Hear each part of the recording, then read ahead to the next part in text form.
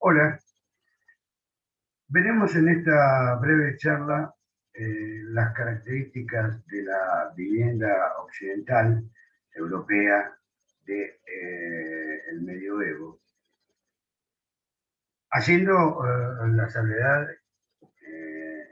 de señalar que vamos a ver la vivienda doméstica, la vivienda del campesino, del pequeño burgués, el artesano, el comerciante que se desarrolla en el burgo, y no así la vivienda de las clases más altas, que ustedes verán en pantalla a la derecha un pequeño castillo. Este en rigor es una vivienda, pero no es el tema que nos ocupa hoy.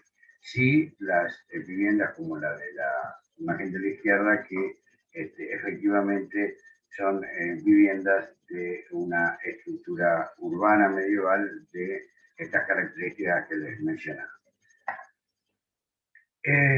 También les decía que veremos viviendas rurales. Estas viviendas, necesariamente mucho más sencillas, muy ajustadas a las características propias del terreno, de la región, y con la utilización, por supuesto, de los materiales que brinda casi naturalmente la región. Se desarrollan tempranamente, prácticamente cuando cae el Imperio Romano y se produce el fenómeno de desurbanización. La población se distribuye más o menos homogéneamente sobre el territorio, se dedica a una producción estrictamente de subsistencia, y las viviendas que desarrollan son de las características en general de las que tenemos en pantalla. Lo que ven arriba a la izquierda es una vivienda rural de la zona de Soria de España, y es una reconstrucción arqueológica de una vivienda que data del siglo V después de Cristo. Por otro lado, arriba a la derecha ven un pequeño campamento, una villa, en la zona de la actual Noruega, de los asentamientos vikingos. Y unos casos muy interesantes son los dos que ven abajo a la izquierda, que son hórreos. Estas construcciones, que hay en varios lugares, pero son muy propias de España, y dentro de España específicamente de Galicia y de Asturias, son originalmente depósitos, o sea, graneros, lugares para guardar y acopiar alimentos, pero que varios indicios indicarían que también se utilizaban como vivienda. De hecho, hay ciertamente una tradición en la región de Asturias, donde las parejas recién casadas inicialmente se iban a vivir a un hórreo, una de estas construcciones.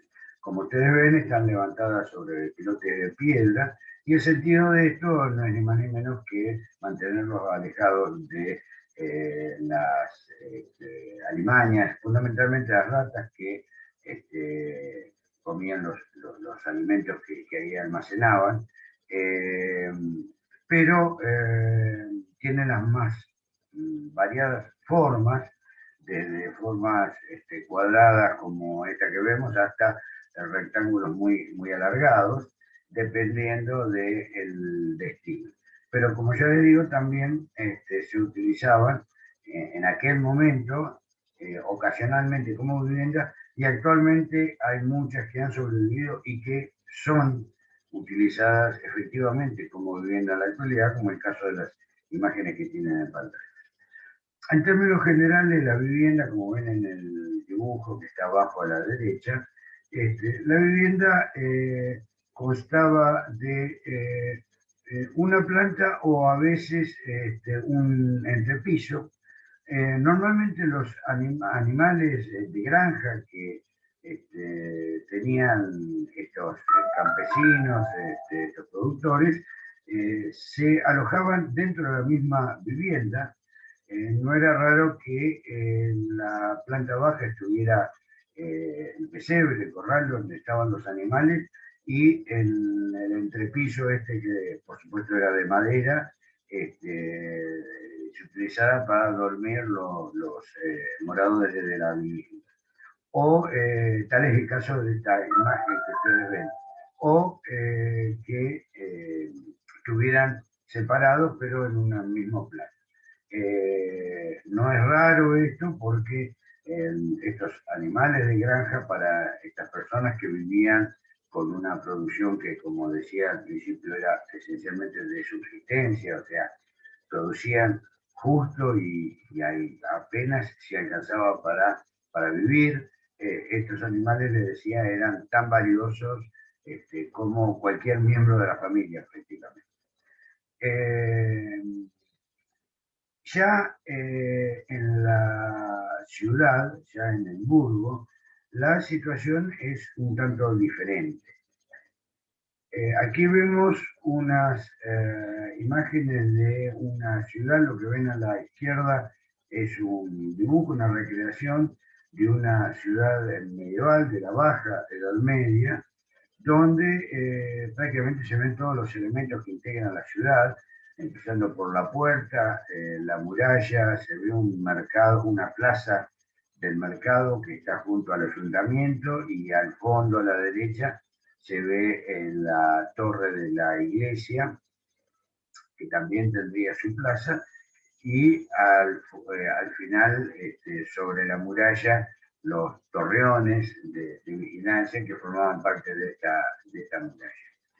Pero en lo que respecta al tema que nos ocupa, observen las viviendas que tienen varios pisos y que están prácticamente pegadas unas a otras. Y esto tiene que ver con las características de la ciudad medieval, que es una ciudad ceñida, apretada por una muralla, por lo que el espacio utilizable dentro de este perímetro es sumamente exiguo, y la vivienda tiene frentes angostos y ganan en altura para aprovechar al máximo la superficie. ¿Cuánto en altura? Y hasta donde los materiales que utilizaban lo permitían. Esto es 2, 3 plantas, quizás 4 contando los entrepisos. Porque cuando me refiero a los materiales, alguno seguramente estará pensando, pero en este periodo, en la Baja Edad Media, se hacían catedrales de 30 metros de altura, 40 metros de altura libre. Eso es cierto, pero para construir esas catedrales se requería todo el esfuerzo mancomunado de la comunidad toda. En cambio, la vivienda es un emprendimiento particular, individual, y si hay una cosa que todas las viviendas, vamos a ver que hay varios tipos de viviendas, pero todas las viviendas, tanto las urbanas como las rurales, tienen en común es justamente la escasez de recursos. O sea, los recursos para utilizar son los que están disponibles, y esto configura de alguna forma la utilización de ciertos sistemas constructivos que son los más propios de la región. Así, por ejemplo, en algunas regiones que abundaban los bosques, zona de Francia, la actual Francia, Alemania, se utilizan unas estructuras que luego veremos de madera, dominantemente madera. En tanto que en otras regiones, como en España o en Italia, lo habitual es el ladrillo y la piedra, porque es el material más abundante en la región. Lo que ven, luego veremos eso, pero lo que ven en la imagen de la derecha es una planta y una vista aérea de la ciudad de Carcassona, en Francia, en el sur de Francia, que es un caso bastante particular de una ciudad amurallada con castillo incluido, y con viviendas que luego veremos alguna imagen de alguna vivienda interior. Como ven en el plano, y se alcanza a percibir en la foto aérea, el trazado de la ciudad, que es un trazado orgánico, no es un trazado regular ni geométrico, está prácticamente cubierto por un tejido, es decir, por viviendas sumamente apretadas. Nuevamente, no hay espacios residuales. Cuando ustedes por ahí aprecian en alguna planta de ciudad que hay algún espacio abierto, seguramente ese espacio abierto tiene que ver con alguna función específica. Si no, todos los espacios se ocupan y se optimiza, digamos, el uso del territorio dentro de la ciudad. Tal es así que los lotes, la distribución de los lotes dentro de la ciudad adquiere una configuración como esta que ven en la imagen, es decir, terrenos angostos y bastante profundos y construcciones que ocupan gran parte del terreno, dejando, por lo general se deja un patio porque es el único lugar donde se puede desarrollar alguna actividad al aire libre que es necesario, e incluso las letrinas, que obviamente estas casas no tenían baños interiores, se desarrollan ahí en estos patios. Pero como verán, los terrenos son muy angostos, las viviendas son muy apretadas, normalmente tienen la planta baja utilizada para la venta de los productos que comercializa y a veces produce el mismo dueño de la casa, y para la producción. O sea, la mayoría de las actividades artesanales, el herrero, el carpintero, que producen barriles, etcétera, se hacen directamente en la misma casa, tienen el taller para la producción de estos elementos que luego comercializan. Y aquellos que tienen productos que no son realizados, manufacturados en la misma casa, tienen estos espacios como depósitos, por ejemplo, hilados, telas. Como verán en el corte, la casa tiene varios pisos, incluso en este caso tiene un piso a nivel subterráneo que se utiliza normalmente como bodegas, fundamentalmente en este caso bodegas de alimentos, porque es un lugar que se mantiene fresco y con una temperatura estable durante todo el año, entonces se utiliza para almacenar, ya les digo, alimentos, y luego varios niveles. En la planta baja, como les decía, se utiliza para la comercialización, para la actividad diaria.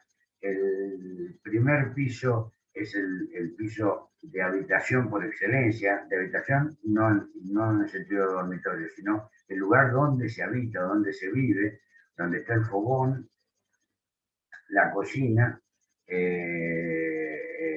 las mesas, el lugar de reunión y donde también se duerme. Atención que en términos generales la división de actividades en la vivienda con habitaciones específicas, la sala de estar, el comedor, la cocina, el dormitorio, etcétera, es un concepto muy posterior. O sea, en este tipo de viviendas y en esta época, las actividades se desarrollaban prácticamente todas juntas y, por ejemplo, en esta planta, la primera planta de la que hablábamos, era habitual que estuviera, como le decía, el fogón donde se cocinaba, que además era el lugar donde había más calor por el fuego, donde por supuesto también se comía y donde no era raro que hubiera un lecho, una cama o varias, donde se dormía. En los niveles superiores también se utilizaba para, para dormir, para guardar mercaderías incluso, y en el caso de los artesanos que solían tener aprendices, o sea, aprendices eran chicos que de corta edad empezaban a aprender el oficio, y que eran prácticamente pupilos, es decir, vivían en la casa del maestro artesano y normalmente dormían en los niveles superiores. Como les decía, los frentes son costosos, o sea, el metro de frente es costoso dado lo exiguo de los espacios disponibles y se utilizaban al máximo y como ya les mencionaba, los terrenos tienden a ser y las propiedades tienden a ser angostas y bastante altas e incluso a ensancharse en los pisos superiores por medio de voladizos que aumentaban un poco la superficie utilizable en las plantas superiores.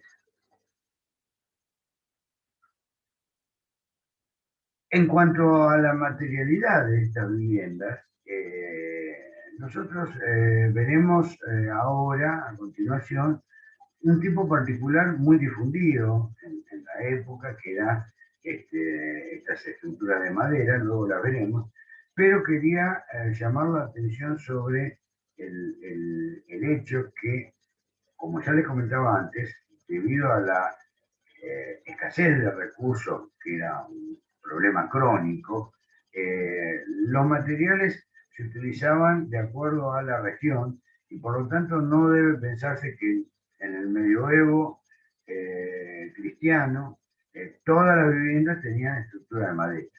Aquí vemos, a modo de ejemplo y simplemente porque es un caso bastante particular, el de la abajo a la izquierda, el caso de San Geminiano, particular porque esta ciudad se caracterizaba por tener estas torres que por un lado tenían una función utilitaria, pero por otro señalaban la jerarquía, digamos, la importancia de la familia de esa casa.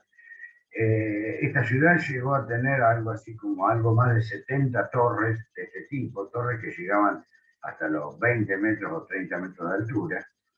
Hoy en día sobreviven algo así como 14, 15 torres de estas, pero como pueden apreciar a simple vista, la construcción fundamentalmente es en piedra, que era lo habitual que se utilizaba en esta zona. En toda la zona de la península itálica, los materiales más utilizados tanto para las construcciones domésticas como para las construcciones oficiales, digamos, o de más jerarquía, como pueden ser las iglesias o los castillos, era la piedra y el ladrillo. Ladrillo, sobre todo en la zona norte de Italia, es una tradición que viene desde la época de los romanos, una tradición ancestral y que se mantuvo y se siguió utilizando. En cuanto a las estructuras de madera, ustedes pueden ver en el dibujo de arriba a la izquierda un esquema de una vivienda que tiene una estructura mixta, tiene parte de mampostería de piedra y parte de estructura de madera. Nuevamente, como ven, en la planta baja está toda la parte, en este caso es un tonelero, un personaje que fabrica toneles, que era el medio de transporte y de almacenamiento de gran cantidad de productos, desde granos, pasando por aceites hasta vinos, etc. Y toda la vivienda, en este caso, está desarrollada en la planta superior. Lo que ven a la derecha es una vivienda que aún existe, Villarreal, que tiene una planta prácticamente libre abajo, tiene un gran espacio con una estructura de puntales y vigas de madera y una estructura de entramado de madera en la parte superior, relleno, que es lo que veremos. Lo traje fundamentalmente porque este caso también tiene una combinación de elementos de piedra y elementos de pan de bois, que es este sistema constructivo que veremos a continuación. Como verán, estas viviendas que tienen 800 años, más o menos, han resistido el paso del tiempo notablemente. Si bien se refaccionan, se reconstruyen, etcétera, pero tienen una excelente calidad por cuestiones que ahora veremos. La distribución de este sistema constructivo, el pan de bois o colombage, que es lo mismo. En español lo van a encontrar como entramado de madera, francés, pan de bois, o colombage también. Se distribuye, les decía, geográficamente en prácticamente todas las regiones que disponían de bosques aptos, maderas aptas para este tipo de construcción. Generalmente roble era lo que más se utilizaba, y también algo de pino.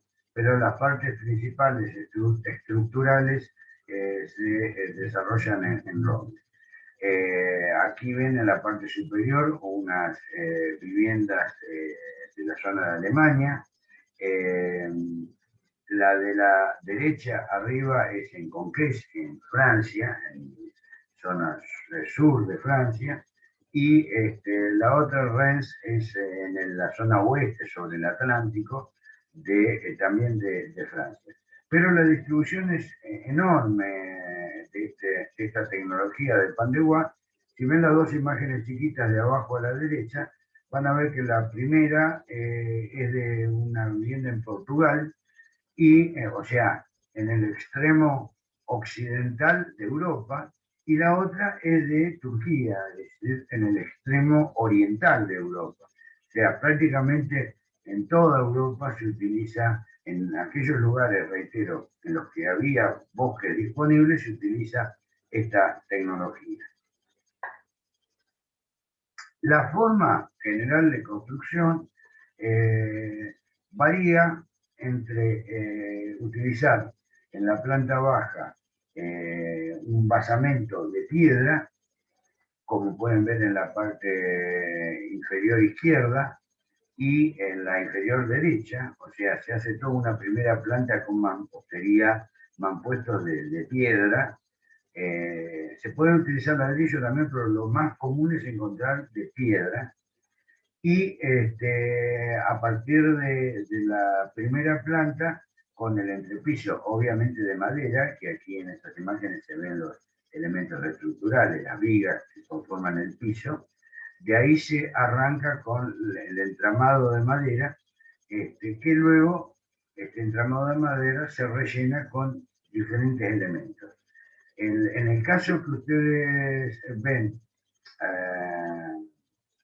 arriba a la izquierda, es en Alemania, y acá era más común hacer directamente toda la estructura con el sistema de pan de bois, es decir, toda la estructura de madera, y en este caso solamente se hacía un zócalo, o sea, una pequeña base de mampostería que no pasaba los 30-40 centímetros del nivel del piso, y sobre eso ya se apoyaba toda la estructura de madera, y se arrancaba de ahí a los diferentes pisos, todo con madera. Con respecto al relleno de estos entramados de madera, son los más variados. En la imagen de la izquierda, que corresponde a Francia, observarán que hay el cerramiento es de mampostería de ladrillo, con una traba bastante particular, prácticamente en esquina del pecho, los ladrillos puestos en diagonal. Y en la imagen de abajo a la derecha, que corresponde justamente a Carcassonne, a esta ciudad que veíamos al principio, verán que hay una variedad de materiales que ofician de cerramiento, entre paños de cerramiento entre los elementos estructurales de madera. Pueden apreciar piedra, hay diferentes tipos y tamaños de piedra, hay también el ladrillo, hay sillerías de piedra bruto, piedra rústica, y algunas más labradas. Hay que llamar la atención, o hay que observar que justamente Carcassonne, que es una ciudad patrimonio de la humanidad y perfectamente conservado, sufrió algunos, digamos, trabajos de restauración que son bastante discutibles por lo menos. O sea, ustedes pueden ver acá en la imagen de abajo a la derecha que hay un negocio, una boutique, para el caso creo que era una joyería, que han tapado toda la fachada con una estructura decorativa de madera, cosa que eso actualmente está absolutamente prohibido, pero Carcassonne tiene, digamos, sufrió varias etapas de restauración y estuvo siempre habitada, cosa que no ha pasado con todas las ciudades, y en algunas etapas, a principios del siglo XX, por ejemplo,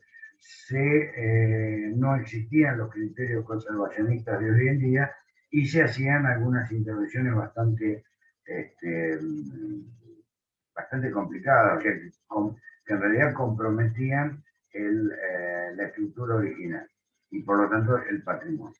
Pero bueno, la ciudad en su conjunto está tal y cual como era durante el medioevo, se la puede recorrer, es igual una ciudad maravillosa para ver cómo era la vida y cómo era la calidad espacial en una ciudad medieval.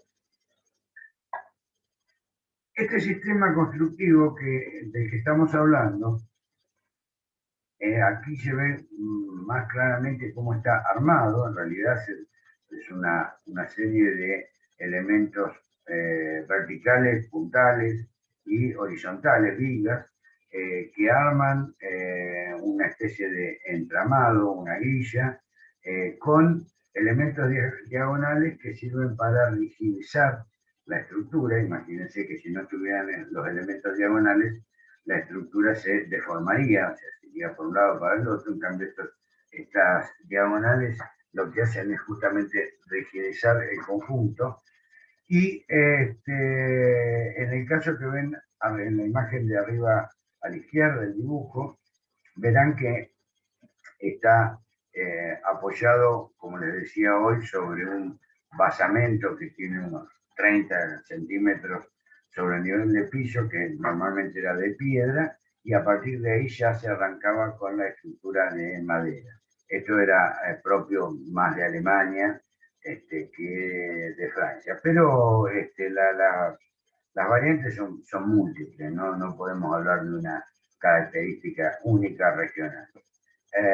La imagen que ven, la foto que ven abajo a la derecha, es una restauración de una estructura original medieval. O sea, esta estructura es propia de la época, pero que ha sido completamente desmantelada. Prácticamente se ha liberado todo lo que era paramento y quedó la estructura. Se han reemplazado gran parte de los elementos estructurales de madera, pero se ha respetado la estructura básica y se ha respetado sobre todo la forma constructiva. Como ven, en este caso también se aprecia estos voladizos, los salientes, que era muy común para ganar espacio en los pisos superiores. Es decir, sobre la planta baja se volaba un poco, unos 50 centímetros, 60 centímetros, hasta 1 metro podía ser en el primer piso, y sobre el primer piso, en el segundo se volaba otro poco, con lo cual se ganaba superficie, hasta el punto que en algunos casos, que las callejuelas eran bastante estrechas, podían llegar prácticamente a tocarse las dos viviendas de ambos lados de la calle o de la vía. También hay, por supuesto, ciertas características que son fortalezas y debilidades a la vez de este sistema constructivo, que es las deformaciones que se producen, porque lógicamente la madera es un material flexible. En las dos imágenes que están abajo a la izquierda pueden ver cómo se han producido deformaciones, arqueos o incluso roturas en el caso de la foto más chiquita, producto de asentamiento probablemente, o simplemente de sobrecarga para la cual no estaba, digamos, la dimensión de la pieza horizontal de la viga, no era suficiente para absorber. Les decía que problema, que esta debilidad de este sistema estructural, que son las deformaciones, es de alguna forma también su fortaleza, porque estas deformaciones permiten absorber movimientos, absorber alteraciones sin que colapse toda la estructura. Si hubiera deformaciones de este tipo en una estructura de ladrillo solamente o de piedra, seguramente colapsaría, porque las estructuras más rígidas como el ladrillo o de piedra no son capaces de soportar este tipo de deformación. Pero estas construcciones han permanecido y hay gran cantidad en Europa que han durado hasta nuestros días. En la vista que tienen en el centro de la imagen, pueden ver las diferentes combinaciones, incluso las formas que se utilizan. A veces se aprovechaban estas diagonales que son estructuralmente necesarias para lograr formas lobuladas, trilobuladas, piezas curvas, etc., agregando una estética bastante particular a lo que es puramente constructivo. Y con respecto a los rellenos, como les decía ya hace un rato, hay los más variados tipos de rellenos. Prácticamente podríamos decir que se rellenaba con el material que más abundaba o que más se tenía a mano. La imagen de arriba a la izquierda, pueden ver una especie de urdimbre o entramado que se hacía con ramas finas o con cañas, también es muy común usar cañas, y este entramado urdimbre se lo revestía con barro, con mezcla de barro con paja, lo cual, por supuesto, no tenían ninguna resistencia estructural, pero ofrecía un buen cerramiento, sobre todo una buena inercia térmica, es decir, es un material que ahila bastante bien, si bien hay que reemplazarlo cada tanto porque se envejece y se deteriora. En la parte inferior van a ver un relleno de ladrillo, pero colocado de alguna forma, diría, forma muy rústica, muy elemental, e incluso hay algunos elementos que no se... Parecería que fueran todos ladrillos, pero hay algunos elementos que por la forma muy irregular no se sabe si son restos de ladrillo o piezas de piedra que están ahí intercaladas, pero el relleno es bastante rústico en cuanto a la ejecución. Cosa diferente pasa con la imagen que tienen al centro, arriba, donde se han ensayado varios tipos de trabas de ladrillo, algunas bastante complejas y sofisticadas, que en definitiva todas cumplen la misma función, la de rellenar los espacios entre las piezas de madera. Y abajo tienen un caso en el cual, nuevamente, como veíamos en Carcassonne, se han combinado diferentes elementos, diferentes materiales, de acuerdo a la disponibilidad del momento. Piedras grandes, piedras más pequeñas, hay una parte de sillería, hay mampostería de ladrillo, etc. En realidad, en términos generales, no se prestaba demasiada atención y se utilizaban los materiales que estaban disponibles para rellenar los espacios. Y esta técnica del pan de bois y esta estética del pan de bois ha perdurado y se ha extendido muchísimo. Ha perdurado, decía, porque fíjense en la imagen de arriba a la izquierda, es en la zona justamente de la actual Alemania, y esto es todo un barrio, un conjunto habitacional construido con esa misma tecnología y con esa misma estética, digamos, aunque esto por supuesto es contemporáneo. Y ya en el territorio americano, y acá cerca nuestro, en Blumenau, En Brasil pueden ver esta plaza central de Blumenau, donde todos los edificios hacen alusión a esta técnica del pan de bois, aunque en este caso ya es un simple recubrimiento, no se ha utilizado la técnica constructiva, sino la imagen. Y tenemos lugares tan distantes como Australia, en la imagen de abajo a la izquierda, o Turquía, abajo a la derecha, donde también se utilizaron este lenguaje del pan de bois como ya no como un sistema constructivo, económico, o por las razones originarias, sino más bien por una cuestión de jerarquía, de categoría y una referencia a esa arquitectura europea que tenía cierto prestigio. Y nosotros, acá en nuestra región, no hemos escapado, por supuesto, a esto. Hay hubo y hay algunos ejemplos notables de esta utilización del lenguaje del pan de bois, ya nuevamente falso, o sea, esto es un recubrimiento, la estructura es una estructura convencional de mampostería, pero tiene sobre la fachada una grilla que alude a esa tradición francesa, en este caso, de la zona norte de Francia, y vemos tres ejemplos, de los cuales lamentablemente solo uno sobrevive, que es la Villa Ortiz Basualdo, que ven arriba a la izquierda. Después había un magnífico chalet de Alula Baldasarini, la Villa Regina, que fue demolida, que fue la residencia del presidente Alvear. Y bueno, Regina Pacini era la esposa del presidente Alvear. Y la Chalet de Ezequiel Paz, que estaba en Tucumán y Bronx, también con una utilización de un lenguaje